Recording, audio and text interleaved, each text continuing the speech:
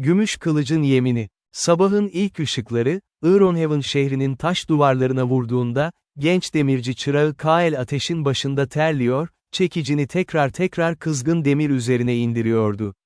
Her vuruş, bir ritim oluşturuyordu, düzenli, hipnotik, neredeyse müzikal. Ustası Garik, köşede durup çıraklarını izliyordu. Yaşlı demirci, 70 yılını görmüştü ama kolları hala genç bir adamınki kadar güçlüydü. "Daha hızlı," diye bağırdı Garik. "Demir soğumadan şekil vermelisin. Yoksa kırılgan olur, savaşta seni yanıltır." Kael, tempoyu artırdı. 18 yaşındaydı, orta boylu ama kaslıydı. Saçları kömür tozu ve terden yapışmıştı alnına. Gözleri yeşildi, annesinden kalan tek miras. Annesi Elara'yı 10 yaşındayken kaybetmişti. Babası ise, daha Kael doğmadan önce, büyük savaşta ölmüştü. Garik, Kael'i 7 yıl önce sokaktan almıştı. Çocuk, aç ve yalnızdı, çöplüklerde yiyecek arıyordu. Yaşlı demirci, onda bir şey görmüştü, bir potansiyel, bir ışık. Ve onu yanına almıştı. "Demircilik," demişti Garik o ilk gün, "sadece metal işlemek değildir. Sabır işidir, titizlik işidir, sanat işidir. Her kılıcın bir ruhu vardır. Sen onu yaratırsın, sen ona hayat verirsin." O günden beri, Kael ustasının her sözünü dinledi. Her tekniği öğrendi. Sabahtan akşama, ateşin başında çalıştı. Elleri nasır tuttu, kolları güçlendi. Ve yavaş yavaş, becerisi arttı. Şimdi, 7 yıl sonra, Kael neredeyse ustalığa yaklaşmıştı. Kılıç yapabiliyordu, zırh dövebiliyordu, ince mücevher işleri bile yapabiliyordu. Ama Garik, ona hala bir şeyi öğretmemişti: gümüş kılıç yapımını. Gümüş kılıçlar, efsanelerdeki silahlardı. Sadece en usta demirciler yapabilirdi. Ve her gümüş kılıç, sihirli güçlere sahipti. Ruhları esir alabilir, karanlık yaratıkları öldürebilir, savaşın kaderini değiştirebilirdi. "Usta," demişti Kael bir keresinde, "bana gümüş kılıç yapmayı öğretir misin?" Garik, uzun süre ona bakmıştı. Sonra başını sallamıştı. "Henüz hazır değilsin. Gümüş kılıç yapmak, sadece teknik beceri gerektirmez. Ruhsal bir olgunluk gerektirir. Sen daha genç ve tecrübesizsin. Ama ne zaman hazır olacağım? Zamanı gelince bileceksin." O gün gelmişti ama Kael bunu henüz bilmiyordu. Öğleden sonra, demirhanenin kapısı açıldı. İçeri giren kişi, sıradan bir müşteri değildi. Uzun boylu, asil duruşlu bir kadındı. Gümüş zırh giyiyordu, sırtında kırmızı bir pelerin vardı. Yüzü sert ama güzeldi, saçları altın sarısıydı ve savaşçı örgülerle bağlanmıştı. "Usta Garik," dedi kadın, derin ve otoriter bir sesle. "Ben Sir Lyanna Stormborn, kraliyet muhafızlarının komutanıyım. Kral Aldrich'in emriyle buradayım." Garik, derin bir reverans yaptı. "Komutan, ne istediğinizi söyleyin. Hizmetinizdeyim. Bir kılıca ihtiyacım var," dedi Lyanna. "Ama sıradan bir kılıç değil. Gümüş kılıç. Çünkü krallık, büyük bir tehdit altında." Garik'in yüzü sertleşti. "Ne tür bir tehdit?" "Karanlık Lord Mordred," dedi Lyanna. "Yüzyıllar önce, bizim atalarımız onu yendi ve mühürledi. Ama şimdi, mühürler zayıflıyor. Eğer tamamen kırılırsa, Mordred geri dönecek. Ve dünyamız, karanlığa gömülecek." "Anladım," dedi Garik. "Ama gümüş kılıç yapmak, aylar sürer. Hem de özel malzemeler gerektirir." "Zamanımız var," dedi Lyanna. "Ama fazla değil. Mühürler, 6 ay içinde tamamen kırılacak. O zamana kadar, kılıç hazır olmalı."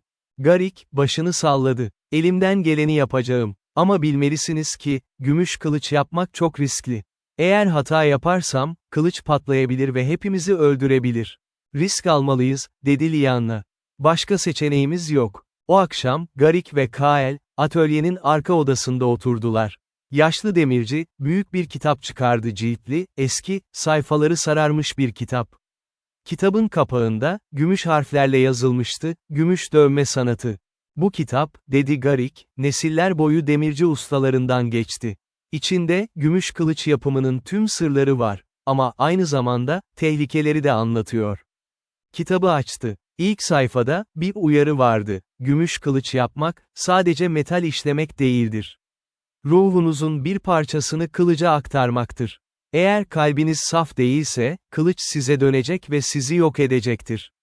Kael, okuduklarına şaştı. "Demek gümüş kılıç, canlı bir şey gibi?" "Evet," dedi Garik. Her gümüş kılıç, kendi bilincine sahiptir. Sahibini seçer. Eğer uygun değilsen, seni reddeder. Peki sen, hiç gümüş kılıç yaptın mı? Garik, uzun süre sessiz kaldı. Sonra derin bir iç çekti. Bir kere, yıllar önce, senin yaşlarındayken, ustam bana öğretti. Bir kılıç yaptım. Çok güzeldi, çok güçlüydü. Ama bir hata yaptım. Ne hatası? Kalbim saf değildi, dedi Garik, acıyla. O zamanlar, genç ve hırslıydım. Ünlü olmak istiyordum, zengin olmak istiyordum. Bu duygular, kılıca sızdı. Ve kılıç, bozuldu. Karanlık bir silah oldu. Ne oldu ona? Yok ettim, dedi Garik. Ama o süreçte, ustamı kaybettim. Kılıç, onun ruhunu emdi. O günden beri, bir daha gümüş kılıç yapmadım. Çünkü korktum. Kael, ustasının acısını hissedebiliyordu. Ama şimdi, yapmalısın. Krallık tehlikede. Biliyorum, dedi Garik. Ama bu sefer, yalnız yapmayacağım. Sen bana yardım edeceksin. İkimiz birlikte, belki başarırız. Ben mi? Dedi Kael, şaşkınlıkla. Ama ben henüz hazır değilim. Hayır, dedi Garik, gülümseyerek. Sen, düşündüğünden daha hazırsın. 7 yıldır seni izledim. Kalbin saf, niyetin iyi. Sen, benden daha uygun olabilirsin bu iş için. O geceden sonra, hazırlıklar başladı. İlk önce, malzemeleri toplamak gerekiyordu. Gümüş kılıç için, sıradan gümüş yeterli değildi. Özel bir gümüş gerekiyordu, ay gümüşü. Ay gümüşü, sadece dolunay gecelerinde çıkarılabilirdi. Derinlerde, eski madenlerde bulunurdu. Ve çıkarılması çok tehlikeliydi çünkü madenler, karanlık yaratıklar tarafından korunuyordu. Yarın, yola çıkacağız, dedi Garik. Silverdeep madenlerine. Orada, ay gümüşü bulabiliriz. Ertesi sabah, Kael ve Garik, Ironhaven'dan ayrıldılar. Yanlarında, Sir Lyanna ve 2 muhafız da vardı. Yolculuk, 3 gün sürecekti. İlk gün, düz yollardan geçtiler. Çevrelerinde, tarlalar ve köyler vardı. İnsanlar, onlara el salladılar. Çocuklar, merakla Sir Lyanna'nın parlak zırhını izledi. İkinci gün, ormanlardan geçmeye başladıklar. Darkwood ormanı eski, kalın, tehlikeli bir yer. Ağaçlar o kadar yüksekti ki, güneş ışığı zar zor geçiyordu. Sesler, yankılanıyordu. Her gölge, bir tehdit gibi görünüyordu. Dikkatli olun, dedi Lyanna. Bu ormanda, kurt adamlar yaşar. Onlar, dolunay gecelerinde çok agresif olurlar. Şanslıydılar dolunaya hala 5 gün vardı. Ama yine de, yolculuk gerilim doluydu. Her hışırtı, onları irkiltiyordu. Bir ara, bir şey gördüler uzakta, ağaçların arasında, parlak gözler. Kael, elini kılıcının kabzasına götürdü. Garik'in ona verdiği basit bir kılıçtı ama sağlamdı. Sakin ol, dedi Lyanna. Sadece bir geyik. Gerçekten de, biraz sonra bir geyik çıktı ağaçların arasından. Onlara baktı, sonra kaçıp gitti. Üçüncü gün, dağlara ulaştılar. Silverdeep madenleri, bir dağın içindeydi. Girişi, dev bir mağara ağzıydı. İçerisi, kapkaranlıktı. Meşaleler hazır olsun, dedi Garik. İçeride, ışık olmadan göremeyiz. Mağaraya girdiklerinde, hava aniden soğudu. Duvarlar, nemle kaplıydı. Tavan, stalaktitlerle doluydu. Yerden, tuhaf sesler geliyordu, damla sesleri, taş kırılma sesleri ve başka bir şey, nefes alma sesleri. Orada biri var, diye fısıldadı Kael. Evet, dedi Lyanna. Maden koruyucuları. Onlar, yüzyıllar önce lanetten insanlar. Şimdi, gölge yaratıklarına dönüşmüşler. Ama sadece saldırırlar, eğer ay gümüşünü çalmaya çalışırsan. Peki biz, çalmayacak mıyız? Hayır, dedi Garik. Biz, sadece ihtiyacımız kadarını alacağız. Ve karşılığında, bir şey bırakacağız. Bu, eski anlaşmanın gereği. Daha derinlere indiler. Tüneller, labirent gibiydi. Sağa, sola, yukarı, aşağı. Kaybolmak çok kolaydı. Ama Garik, eski bir harita getirmişti. Harita, yıllar önce ustasından kalmıştı. Sonunda, büyük bir odaya vardılar. Odanın ortasında, bir göl vardı. Ama normal bir göl değil, gümüş bir göl.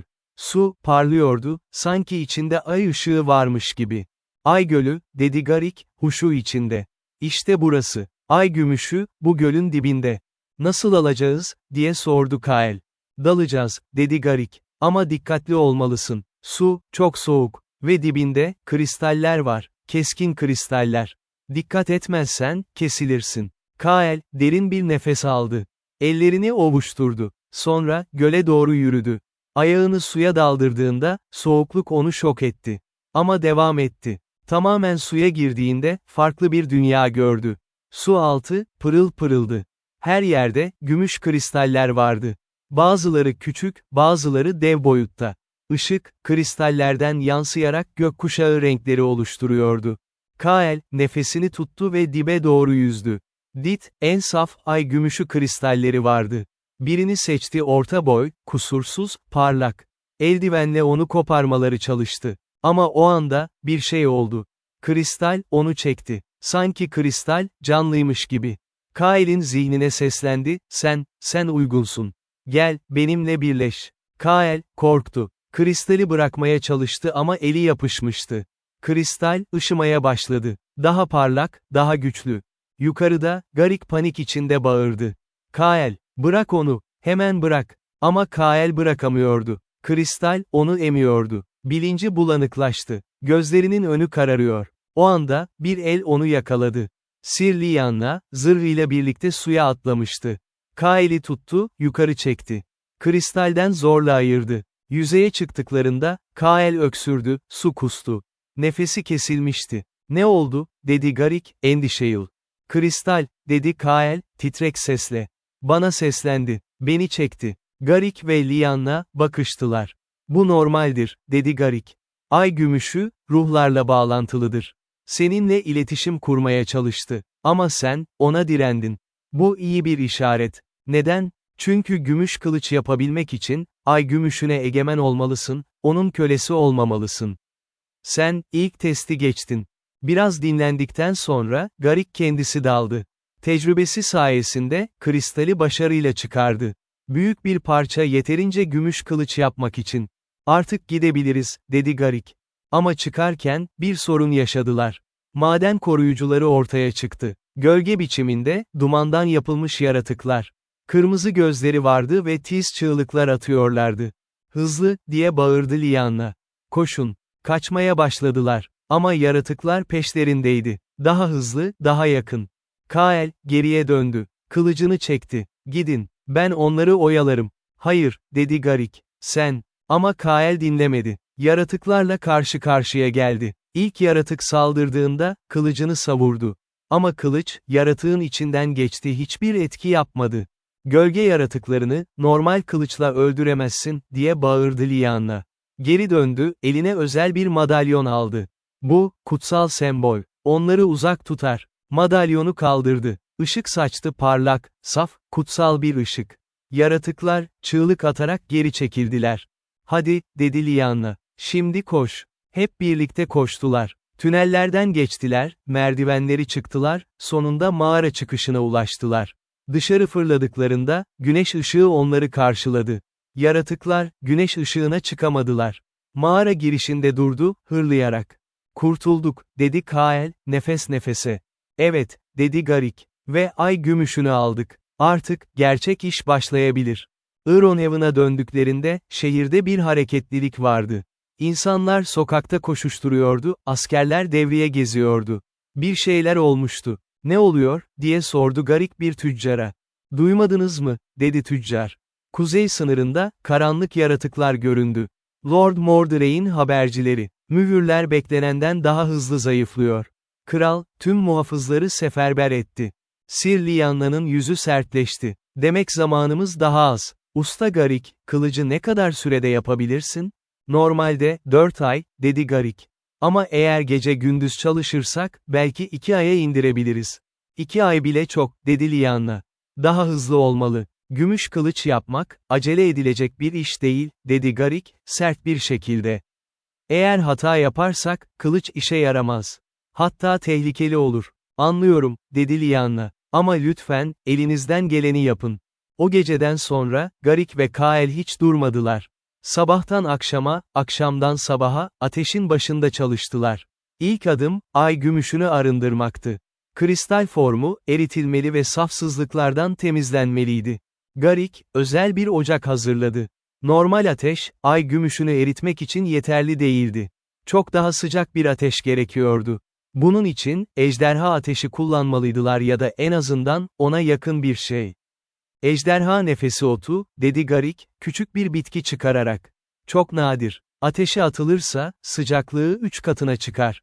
Ama çok dikkatli kullanmalıyız. Yoksa tüm atölye yanar. Bitkileri dikkatle ateşe attılar. Alevler, aniden maviye döndü.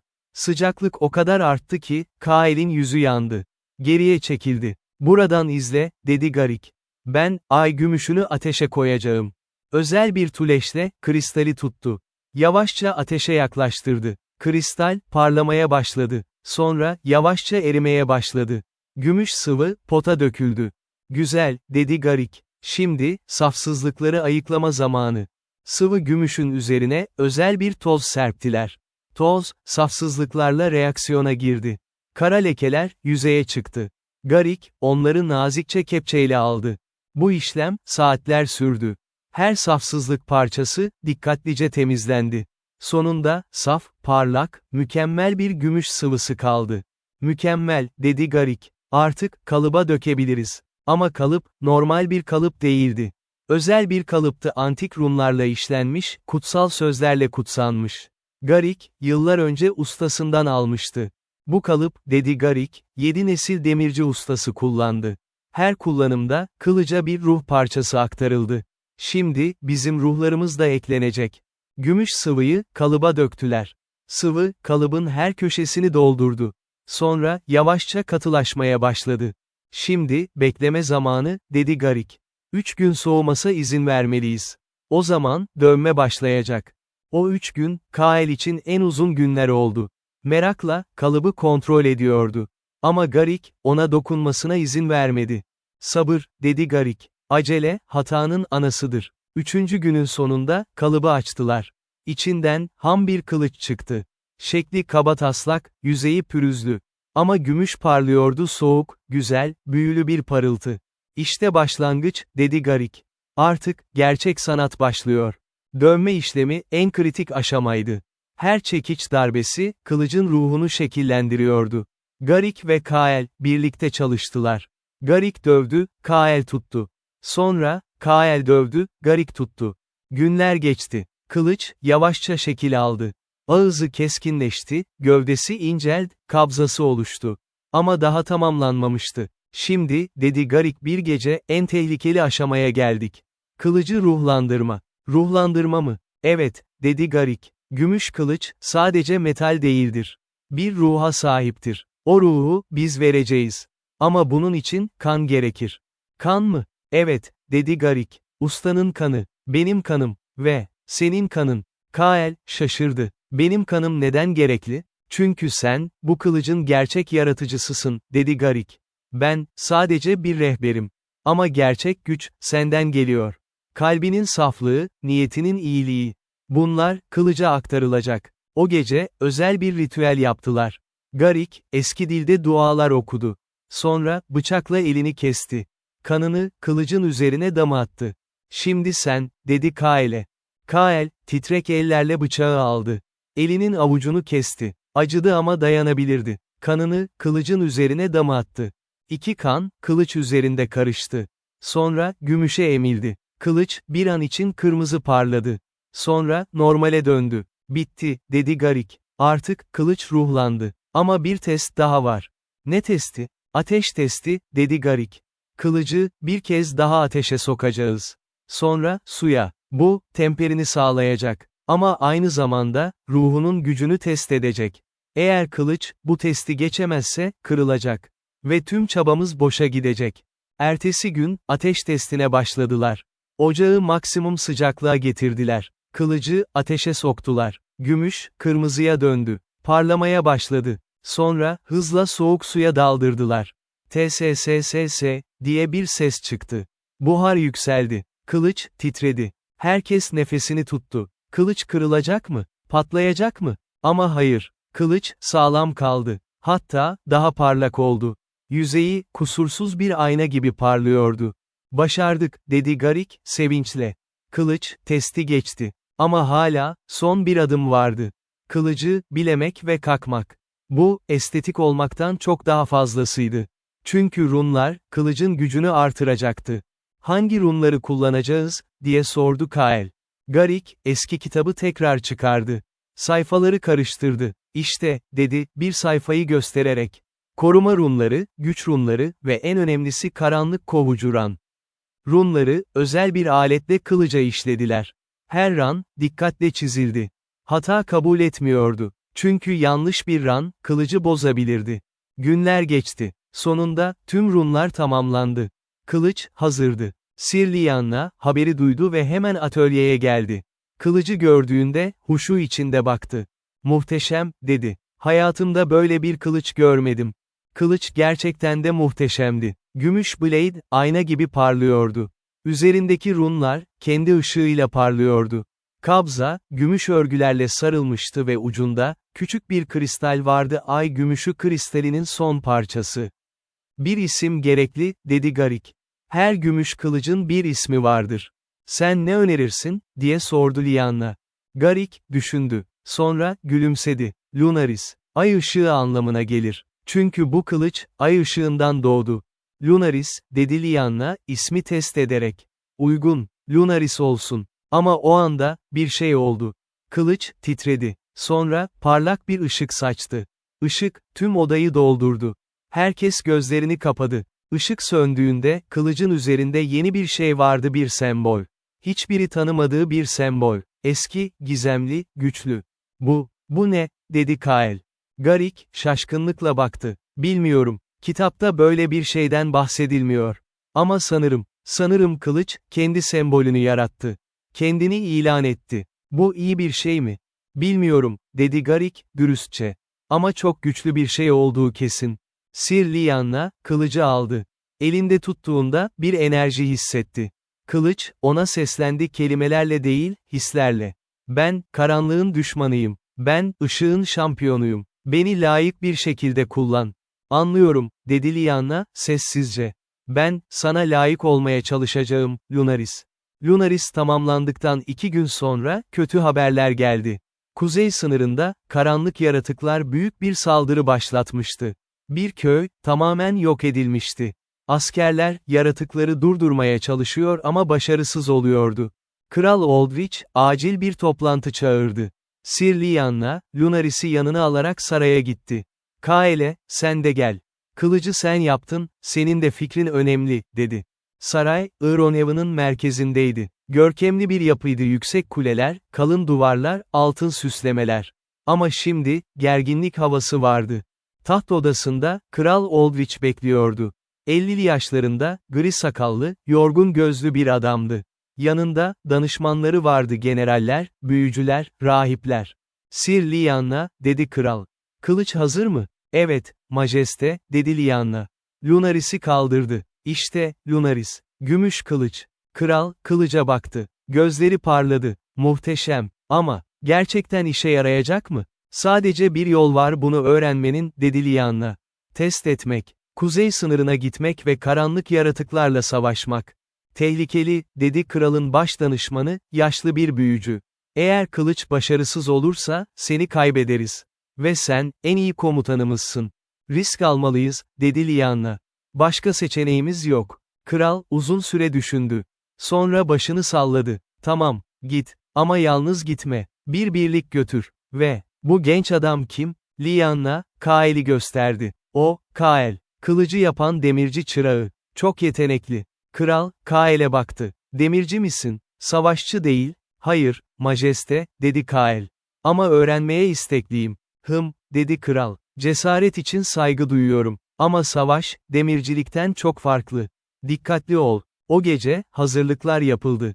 Sir Lyanna, 10 askerin birliğini topladı, en iyi savaşçılar, en sadık muhafızlar. Kael de, onlara katıldı. Garik, ona basit bir zırh verdi ve iyi bir kılıç. Dikkatli ol, çocuğum, dedi Garik. Sen, benim tek ailemsin.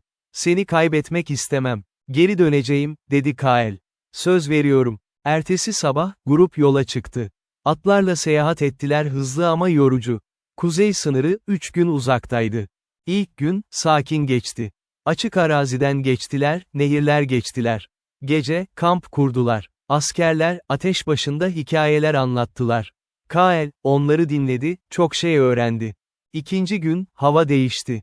Gökyüzü, griye döndü. Rüzgar, soğuk esti. Kuşlar, uçmayı bıraktı. Sessizlik vardı, doğal olmayan bir sessizlik. Yaklaşıyoruz, dedi Lyanna. Karanlığın bölgesine. Hazırlıklı olun. Üçüncü günün öğleden sonrası, ilk işaretleri gördüler. Ölü ağaçlar, yanık toprak, kemikler. Bir köyün kalıntılarına vardılar. Evler yıkılmıştı, insanlar. İnsanları düşünmek bile istemiyordu Kael. Burada ne oldu, diye sordu bir asker. Karanlık yaratıklar, dedi Lyanna. Gölge kurtları. İnsanların ruhlarını emerler, bedenlerini yok ederler. Nasıl öldürebiliriz onları? Normal silahlar etkisiz, dedi Lyanna. Ama Lunaris, işe yarayacak. Umarım. Gece olduğunda, yaratıklar ortaya çıktı. Önce, uzaktan uluma sesleri geldi. Sonra, karanlıkta parlayan gözler. Sonra, gölgeler. Gölge kurtları, normal kurtlardan büyüktü. Omuzları, bir insanın boyundaydı. Tüyleri yoktu, sadece siyah, akmış gölgeler. Gözleri kırmızıydı, dişleri beyazdı. Savaş düzeni, diye bağırdı Lyanna. Askerler, hızla pozisyon aldılar. Kalkanlar yukarı, kılıçlar hazır. İlk kurt, saldırdı. Bir askere atladı. Asker, kılıcını savurdu ama kılıç, kurdun içinden geçti, hiçbir etki olmadı. Kurt, askeri yere devirdi, boğazını ısırdı. Hayır, diye bağırdı Kael. İleri koştu, kılıcını kurtun sırtına saplamaya çalıştı.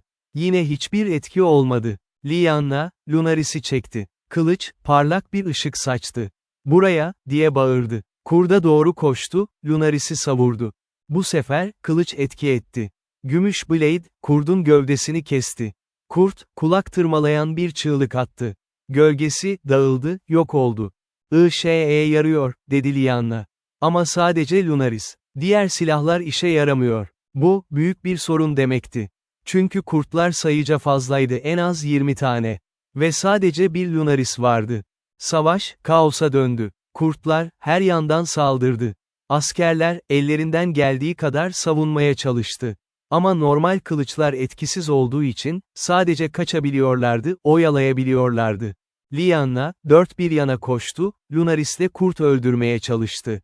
Ama hızlı olsa da, her yerde olamıyordu. Bir kurt, başka bir askeri öldürdü. Sonra bir başka. Kael, çaresizce etrafına baktı. Bir şey yapmalıydı. Ama ne? Normal kılıcı işe yaramıyordu. Başka ne kullanabilirdi? O anda, aklına bir şey geldi. Garrick'in öğrettiği bir teknik ateş dövmesi. Eğer metalı yeterince ısıtırsa, belki. Belki gölge yaratıklara zarar verebilirdi. Kael, en yakın ateşe koştu. Kılıcını alevlere soktu. Bir dakika bekledi. Kılıç kızarıyor, ısınıyor. Bir kurt, ona doğru koştu. Kael, sıcak kılıcı kaldırdı, kurda savurdu. Kılıç, kurdun pençesiyle temasa geçti. Ve, işe yaradı. Kurt, acıyla çığlık attı. Pençesi yandı. Ateş, diye bağırdı Kael. Ateş onlara zarar veriyor. Silahlarınızı ısıtın. Askerler, hemen anladılar. Kılıçlarını, mizraklarını ateşe soktular. Sonra, sıcak silahlarla savaştılar. İşe yaradı, mükemmel değildi ama en azından kurt öldürebiliyorlardı. Savaş, saatlerce sürdü. Sonunda, tüm kurtlar öldürüldü ya da kaçtı. Ama bedel ağırdı, 10 askerden, sadece 6'sı hayatta kalmıştı. Lyanna, yaralı askerlerine baktı. Gözyaşları süzüldü. Özür dilerim, dedi. Sizi daha iyi koruyamalıydım. Sizin hatanız değil, komutan, dedi yaşlı bir asker. Düşman çok güçlüydü. Ama biz savaştık. Ve kazandık. Evet, dedi Lyanna. Kazandık. Ama savaş daha yeni başlıyor. Lord Mordrey'in ana ordusu hala geliyor. Kael, Lunaris'e baktı. Kılıç, hala parlıyordu. Kurt kanı, Blade'de yoktu çünkü gölge kurtları, kan bırakmıyordu. Ama kılıç, farklı görünüyordu. Sanki daha güçlü, daha parlak. Kılıç, güç kazandı, dedi Lyanna. Her karanlık yaratık öldürdüğünde, Lunaris daha güçleniyor. Bu iyi bir haber. Ama yeterli mi, diye sordu Kael. Lord Mordrey'i öldürmek için yeterli güçlü müyüz? Bilmiyorum, dedi Lyanna, dürüstçe. Ama deneyeceğiz. Başka seçeneğimiz yok. Gölge Kurtları Savaşı'ndan sonra, grup bir kaleye sığındı, Northwatch Kalesi. Kale, sınırı koruyan son savunma hattıydı. Komutanı, General Marcus, deneyimli bir savaşçıydı. Sir Lyanna, dedi Marcus. Gelmenize sevindim. Ama haberim kötü. Mühür, beklenenden daha hızlı kırılıyor. Belki bir hafta kaldı. Belki daha az. Nasıl biliyorsun? Kahinler söyledi, dedi Markus. Onlar, mührün enerjisini ölçebiliyorlar. Ve son birkaç gündür, enerji hızla düşüyor. Lyanna, kaşlarını çattı. Eğer mühür kırılırsa, Lord Mordred serbest kalacak. O zaman, gerçek savaş başlayacak. Evet, dedi Markus. Ve hazır değiliz. Ordumuz küçük, silahlarımız yetersiz. Lord Mordred'in ordusu çok daha büyük. Peki ne yapabiliriz? Markus, bir haritayı açtı. Mühür, burada Shadow Peak dağında. Dağın zirvesinde, eski bir tapınak var. Tapınakta, mühür taşı. Eğer mührü güçlendirebilirsek, belki Lord Mordred'in çıkmasını engelleyebiliriz. Nasıl güçlendireceğiz? Kutsal bir ritüel gerekiyor, dedi Markus. Ama ben, ritüeli bilmiyorum. Sadece rahipler biliyor. O zaman bir rahip bulmalıyız. Zor olacak, dedi Markus. Çoğu rahip öldü. Karanlık yaratıklar, onları ilk hedef aldı. Çünkü rahipler, mührü koruyabilecek tek kişiler. Hiç kalan yok mu? Bir tane var, dedi Markus. Rahip Elias. Yaşlı bir adam, 90 yaşında. Yakında bir manastırda yaşıyor. Ama çok zayıf. Yolculuğa dayanamayabilir. Yine de denemeli, dedi Lyanna. Başka seçeneğimiz yok. Ertesi sabah, Kael ve 2 asker, manastıra gittiler. Manastır, dağların arasında, sakin bir yerdeydi. Eski ama güzeldi taş duvarlar, vitray pencereler, yeşil bahçeler. Kapıyı çaldıklarında, genç bir keşiş açtı. Evet, rahip Elias'ı görmek istiyoruz, dedi Kael. Acil bir durum. Keşiş, onları içeri aldı. Uzun koridorlardan geçtiler, sonunda küçük bir odaya vardılar. Odada, yaşlı bir adam oturuyordu rahip Elias. Beyaz saçlı, kırışık yüzlü, ama gözleri hala keskin ve bilgeydi. Hoş geldiniz, çocuklar, dedi Elias, yumuşak bir sesle. Ne istersiniz? Kael, durumu anlattı. Mühürün kırılacağını, Mordred'in geri döneceğini, ritüele ihtiyaç duyduklarını. Elias, dinledi. Sonra başını salladı. Evet, ritüeli biliyorum. Ama çok tehlikeli. Ritüeli yapmak için, tapınağa gitmeliyiz. Ve tapınak, karanlık yaratıklarla dolu. Sizi koruruz, dedi Kael. Dedi Elias. Sen genç ve idealistsin. Ama gerçek hayat, o kadar basit değil. Yine de denemeye değer. Eğer Mordred geri dönerse, dünya karanlığa gömülür. Bunu engellemek için, her şeyi yapmalıyız. O zaman gelecek misiniz? Evet, dedi Elias. Geleceğim. 3 gün sonra, bir grup Shadow Peak dağına doğru yola çıktı. Grupta, Sir Lyanna, Kael, Rahip Elias, General Markus ve 20 asker vardı. Yanlarında, Lunaris ve diğer kutsal silahlar vardı. Dağ, çok yüksekti. Zirve, bulutların üstündeydi. Tırmanış zordu, kaygan kayalar, keskin rüzgarlar, ince hava. Rahip Elias, yaşlılığı nedeniyle çok zorlandı. Ama diğerleri ona yardım etti. İkinci günde, ilk karanlık yaratıklarla karşılaştılar. Gargoyle'lar taş kanatlı yaratıklar, gökyüzünden saldıran. Normal oklar onlara zarar vermiyordu. Ama Lyanna, Lunaris'le birkaç tanesini öldürdü. Diğerleri kaçtı. Üçüncü günde, tapınağa ulaştılar. Tapınak, dağın zirvesindeydi. Eski, harap, ama hala güçlü bir yapıydı. Kapılar açıktı sanki onları bekliyormuş gibi. Bu bir tuzak olabilir, dedi Markus. Belki, dedi Lyanna. Ama yine de girmeliyiz. Tapınağın içi, karanlıktı. Meşaleler yaktılar. Duvarlar, eski yazılarla kaplıydı, runlar, semboller, uyarılar. Zeminde, kemikler vardı. Burası bir mezar, dedi Elias. Eski savaşçıların mezarı. Onlar, yüzyıllar önce Mordred'i mühürlediler. Ve burada öldüler. Tapınağın merkezinde, büyük bir taş vardı. Mühür taşı. Taş, dikey duruyordu, 3 metre yüksekliğinde. Üzerinde, karmaşık runlar vardı ve ortasında, büyük bir çatlak. Mühür kırılıyor, dedi Elias. Çatlak her geçen gün büyüyor. Eğer tamamen kırılırsa, Mordred serbest kalacak. Ritüel nasıl yapılıyor, diye sordu Lyanna. Kutsal sözleri okumalıyım, dedi Elias. Ama sözleri okurken, karanlık yaratıklar bize saldıracak. Çünkü onlar, Mordred'in hizmetkarları. Ritüeli durdurmak isteyecekler. Seni koruyacağız, dedi Lyanna. Sen sadece ritüele odaklan. Elias, başını salladı. Mühür taşının önünde diz çöktü. Eski bir kitap çıkardı. Sayfaları açtı ve okumaya başladı. Sözler, eski bir dildeydi. Kael, anlamıyordu. Ama sözlerin gücünü hissedebiliyordu. Hava titremeye başladı. Mühür taşı, parlamaya başladı. Ve o anda, saldırı geldi. Tapınağın gölgelerinden, yüzlerce karanlık yaratık çıktı. Gölge kurtları, gargoyle'lar, iskelet savaşçılar. Hepsi, Elias'a doğru koştu. "Durun," diye bağırdı Lyanna. Askerler, savunma hattı oluşturdu. Lyanna, Lunaris'le önde durdu. Savaş başladı. Lyanna, Lunaris'i savurdu, yaratıkları öldürdü. Kael, ateşli kılıcıyla savaştı. Markus, komutları bağırdı, askerleri yönlendirdi. Ama yaratıklar çok fazlaydı. Her öldürülen yaratığın yerine, 2 yenisi geldi. Askerler, yavaş yavaş geriye itildi. Elias, okumaya devam etti. Sesi daha yüksek, daha güçlü oldu. Mühür taşı, daha parlak parladı. Çatlak, yavaşça kapanmaya başladı. Ama o anda, büyük bir gölge belirdi. Diğer yaratıklardan çok daha büyük, çok daha güçlü. Şekli, insansıydı ama dev boyutlardaydı, en az 5 metre. Zırhı, karanlıktan yapılmıştı. Elinde, koca bir kılıç vardı. "Gölge Şövalyesi," diye fısıldadı Markus. Mordrek'in en güçlü hizmetkarı. Gölge Şövalyesi, Lyanna'ya doğru yürüdü. Kılıcını kaldırdı, savurdu. Lyanna, Lunaris'le blokladı. Ama darbe o kadar güçlüydü ki, Lyanna geriye savruldu. "Çok güçlü," dedi Lyanna.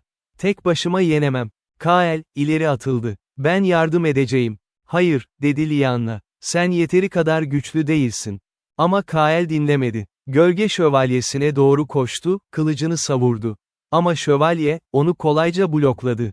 Sonra, karşı saldırdı. Kılıcı, Kael'in omzuna çarptı. Kael, acıyla bağırdı. Omzu, yarıldı. Kan aktı. Yere düştü. "Kael," diye bağırdı Lyanna. Şövalyeye öfkeyle saldırdı. Lunaris, parladı. Kılıçlar çarpıştı, gümüş ve karanlık, ışık ve gölge.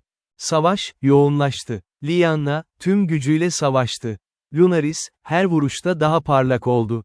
Gölge Şövalyesi, geri çekilmeye başladı. O anda, Elias ritüeli bitirdi. Son sözü söyledi, "Lux aeterna vincit tenebras." Ebedi ışık, karanlığı yener. Mühür taşı, kör edici bir ışık saçtı. Işık, tüm tapınağı kapladı. Karanlık yaratıklar, çığlık atarak yok oldular. Gölge Şövalyesi bile dayanamadı, gövdesi dağıldı, yok oldu. Işık söndüğünde, sessizlik vardı. Karanlık yaratıklar gitmişti. Mühür taşı, tamir olmuştu, çatlak kaybolmuştu. "Başardık," dedi Elias, yorgun ama mutlu bir sesle. Mühür güçlendirildi. Mordrek, en az 100 yıl daha çıkamayacak. Ama sevinç, kısa sürdü. Çünkü yerden, bir ses geldi. Kael'in sesiydi, zayıf, acılı. "Yardım, yardım edin." Lyanna, Kael'e koştu. Omzundaki yara, çok derindir. Kan, hızlı akıyordu. "Hayır," dedi Lyanna. "Hayır, Kael, bana tutun. Seni kaybedeceğim." Elias, hızla geldi. Elini Kael'in yarasına koydu. Kutsal sözler okudu. Şifa enerjisi, elinden aktı.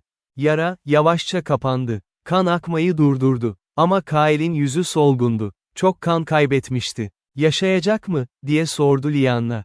"Evet," dedi Elias. "Ama dinlenmesi lazım. Hemen kaleye dönmeliyiz." Grupları, dağdan indi. Kael'i, bir sedyede taşıdılar. 2 gün sonra, kaleye vardılar. Kael, 1 hafta boyunca komada kaldı. Elias ve diğer şifacılar, ona baktılar. Yavaş yavaş, iyileşti. 10 gün sonra, gözlerini açtı. İlk gördüğü, Lyanna'ydı. Yanında oturmuş, bekliyordu. "Lyanna," dedi Kael, zayıf bir sesle. "Kael," dedi Lyanna, sevinçle. "Uyandın. Çok endişelendim. Ne oldu?" "Mühür güçlendirildi," dedi Lyanna. "Mordrek, 100 yıl daha çıkamayacak. Sen, bir kahraman oldun. Ben sadece yardım etmek istedim." "Ve yaptın," dedi Lyanna, gülümseyerek. "Sen, çok cesursun. Bir demirci olabilirsin ama bir savaşçının kalbi var sende." Kael, gülümsedi. Sonra, ciddi bir ifade aldı. "Ama Lyanna, bence savaş bitmedi. Ne demek istiyorsun?" "Mühür güçlendirildi, ama Mordrek hala orada. Bir gün, yeniden dönecek. Ve o zaman, hazır olmalıyız." "Haklısın," dedi Lyanna. "Ama şimdi, dinlen. Gelecek için endişelenmeyi, daha sonra düşünürüz." Kael iyileştikten sonra, Ironheaven'a döndü. Garrick, onu gördüğünde ağladı, sevinç gözyaşları. "Seni kaybettiğimi sandım, çocuğum." "Ben sağlamım, usta," dedi Kael. "Ama çok şey öğrendim. Savaş, demircilikten çok farklı." Ama ikisi de, bir amacı var, insanları korumak. Garik, başını salladı. Akıllı söz. Sen, artık sadece bir demirci değilsin. Sen, bir savaşçı da oldun. O akşam, Kael, atölyede yalnız oturdu. Lunaris'i düşündü. Kılıç, şu anda Sir Lianna'daydı. Ama Kael, onun bir kopyasını yapabilir miydi? Ya da daha iyisini? Garik, ona katıldı. Ne düşünüyorsun? Daha fazla gümüş kılıç yapabileceğimizi düşünüyorum, dedi Kael. Eğer bir tane Mordre'yi 100 yıl tutabiliyorsa, 10 tane belki sonsuza kadar tutabilir. Güzel fikir, dedi Garik. Ama gümüş kılıç yapmak, çok zor. Ve ay gümüşü, çok nadir. Silverdeep'te daha fazla var mı bilmiyorum. Kontrol edebiliriz, dedi Kael. Ertesi ay, Kael ve Garik, tekrar Silverdeep'e gittiler. Bu sefer, Sir Lianna da onlarla geldi. Mağaraya girdiklerinde, maden koruyucuları onları hatırladı. Saldırmadılar. Ay Gölü'ne vardıklarında, bir sürprizle karşılaştılar. Göl, yenilenmişti. Daha önce aldıkları kristallerin yerine, yenileri çıkmıştı. Doğa, kendini yeniliyor, dedi Garik. Her ay, yeni kristaller büyüyor. Demek daha fazla gümüş kılıç yapabiliriz, dedi Kael. Büyük miktarda ay gümüşü aldılar. Madene, karşılığında değerli taşlar bıraktılar eski anlaşmanın gereği. Sonraki yıllarda, Kael ve Garik, birçok gümüş kılıç yaptılar. Her kılıç, farklı bir güce sahipti. Bazıları ateş kontrol edebiliyordu, bazıları buzlu kontrol edebiliyordu, bazıları şifa gücüne sahipti. Kılıçlar, en iyi savaşçılara verildi. Krallık, bir, Gümüş Muhafızlar, birliği kurdu. Bu muhafızlar, krallığı karanlık yaratıklardan korudular. Kael, zamanla ünlü oldu. İnsanlar, ona, gümüş kılıç ustası, dediler. Ama Kael, mütevazı kaldı. Garik'in yanında çalışmaya devam etti, becerilerini geliştirdi.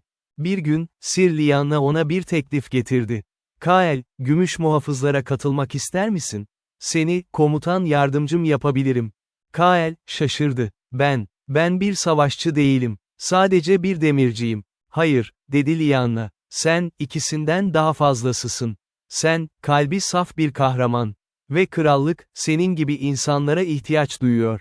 Kael, düşündü. Garik'e baktı. Yaşlı usta, gülümsüyordu. Git, çocuğum. Senin yerin, artık sadece burada değil. Dünyada, daha büyük bir amacın var. Ama seni kim yardım edecek? Yeni bir çırak bulurum, dedi Garik. Ve sen, her zaman ziyaret edebilirsin. Ve böylece, Kael, gümüş muhafızlara katıldı. Eğitime başladı, kılıç kullanımı, okey çekimi, strateji, liderlik. Zor ama ödüllendiriciydi. Yıllar geçti. Kael, 25 yaşına bastı. Artık tecrübeli bir savaşçıydı. Onlarca karanlık yaratıkla savaşmıştı, onlarca hayat kurtarmıştı. Bir gün, Garik hasta oldu. Yaşlılık ve yılların yorgunluğu, onu yavaş yavaş tüketiyordu. Kael, her gün onu ziyaret etti. Usta, dedi Kael bir akşam. Lütfen güçlü kal. Sana hala ihtiyacım var. Garik, zayıf bir şekilde gülümsedi. Çocuğum, benim zamanım doldu. Uzun bir hayat yaşadım. Ama mutlu bir hayat. Çünkü seni yetiştirdim. Sen, benim en büyük başarımsın. Lütfen, dedi Kael, gözyaşları süzüldü. Ağlama, dedi Garik. Ben gidiyorum ama ruhumda her zaman seninle olacağım. Ve bir şey daha, sana bir sır söylemek istiyorum. Ne sırrı? Baban, dedi Garik. Senin baban, benim en iyi arkadaşımdı. O da, bir demirciydi. Büyük savaşta öldüğünde, sana bakmayı yemin ettim. Bu yüzden seni yanıma aldım. Sadece merhamet için değil, sevgi için. Sen, benim gerçek oğlumsun, Kael. Kael, şok oldu. Babamı tanıyor muydun? Evet, dedi Garik. Ve o, seninle gurur duyardı. Tıpkı benim gibi. O gece, Garik öldü. Huzur içinde, uykuda. Kael, yanında oturdu, elini tuttu. Cenaze, büyük bir törenle yapıldı. Tüm şehir geldi, demirciler, savaşçılar, soylular, sıradan insanlar. Herkes Garik'i seviyordu. Kael, konuşma yaptı. Usta Garik, sadece bir demirci değildi. O, bir öğretmen, bir baba, bir kahramandı. Bana, sadece metal işlemeyi değil, yaşamayı da öğretti. Şimdi o gitti. Ama mirası yaşayacak. Gümüş kılıçlar, onun adını sonsuza taşıyacak. O günden sonra, Kael, Garik'in atölyesini devraldı. Ama aynı zamanda, gümüş muhafızlardaki görevini de sürdürdü. Hem demirci hem savaşçı olarak yaşadı. Bir gün, Sir Lyanna ona dedi ki, Kael, sana bir şey sormak istiyorum. Gümüş muhafızların liderliğini devralmak ister misin? Ben, emekli olmayı düşünüyorum. Kael, şaşırdı. Ama ben yeterince tecrübeli değilim. Saçmalama, dedi Lyanna. Sen, en cesur savaşçı, en beceri demirci, en bilge lidersin. Kimse senden daha uygun değil. Ama sorumluluğu taşıyabilir miyim? Taşırsın, dedi Lyanna. Çünkü kalbin saf ve niyetin iyi. Garik, sana bunu öğretti. Kael, kabul etti. Gümüş muhafızların lideri oldu. Birliği genişletti, güçlendirdi. Yeni savaşçılar eğitti, yeni gümüş kılıçlar yaptı. Yıllar geçti. Kael, 35 yaşına bastı. Artık olgun bir adamdı. Saçları arasına beyaz teller karışmıştı. Ama ruhu hala gençti. Bir gün, eski rahip Elias, onu ziyaret etti. Elias, şimdi 100 yaşını geçmişti ama hala bilge ve güçlüydü. Kael, dedi Elias, sana bir şey göstermek istiyorum. Kael'i, eski bir tapınağa götürdü. Tapınağın duvarında, bir kehanet yazılıydı, gümüş kılıcın yemini, bir gün, karanlık yeniden yükselecek. Ama gümüş kılıçlar, onu yenecek. Kılıçların ustası, dünyanın kurtarıcısı olacak. Bu benden mi bahsediyor, dedi Kael. Belki, dedi Elias. Belki de değil. Kehanetler, her zaman belirsizdir. Ama şunu biliyorum, sen, özel birisin. Ve kaderin, henüz tamamlanmadı. Ne yapmalıyım? Hazırda olmaya devam et, dedi Elias. Gümüş kılıçları korumaya devam et. Gününü geldiğinde ne yapman gerektiğini bileceksin. Kael, başını salladı. Anladım. Hazır olacağım. Ve böylece, Kael, görevine devam etti. Gümüş muhafızları yönetti, krallığı korudu, gümüş kılıçlar yaptı. Her gün, Garik'i düşündü. Her dolunay, Lunaris'e baktı. Çünkü biliyordu ki, bir gün, gerçek sınav gelecekti. Mordred, yeniden dönebilirdi. Ya da başka bir karanlık. Ama ne olursa olsun, hazır olacaktı. Gümüş kılıcın yemini, ışığı korumak, karanlığı yenmek, insanlığı savunmak. Bu yemini, Kael her gün tekrarlıyordu. Ve her gün, daha güçlü, daha bilge, daha kararlı oluyordu. Yıllar geçti, 10 yıllar geçti. Kael, yaşlandı ama asla emekli olmadı. Çünkü görev bitmemişti. Yeni nesiller yetiştirdi, onlara gümüş kılıç yapmayı öğretti. 80 yaşına geldiğinde, genç bir demirci çırağı, ona geldi. Usta Kael, bana gümüş kılıç yapmayı öğretir misiniz? Kael, çocuğa baktı. Gözlerinde, tanıdık bir ışık gördü. Aynı ışık, Garik'in onda gördüğü. Elbette, dedi Kael, gülümseyerek. Ama önce, sana bir hikaye anlatayım. Yıllar önce, ben de senin gibiydim. Garik adında bir usta, bana her şeyi öğretti. Şimdi, ben sana öğreteceğim. Ve bir gün, sen başkasına öğreteceksin. Böylece, gümüş kılıçların mirası, sonsuza yaşayacak. Ve böylece, döngü devam etti. Gümüş kılıçlar, nesiller boyu yapıldı. Her kılıç, bir hikaye taşıdı. Her kılıç, bir ruh taşıdı. Ve hepsi, tek bir şeyi temsil etti, ışığın, karanlıktan her zaman daha güçlü olduğunu. Gümüş kılıcın yemini, ebediyen yaşadı. Son.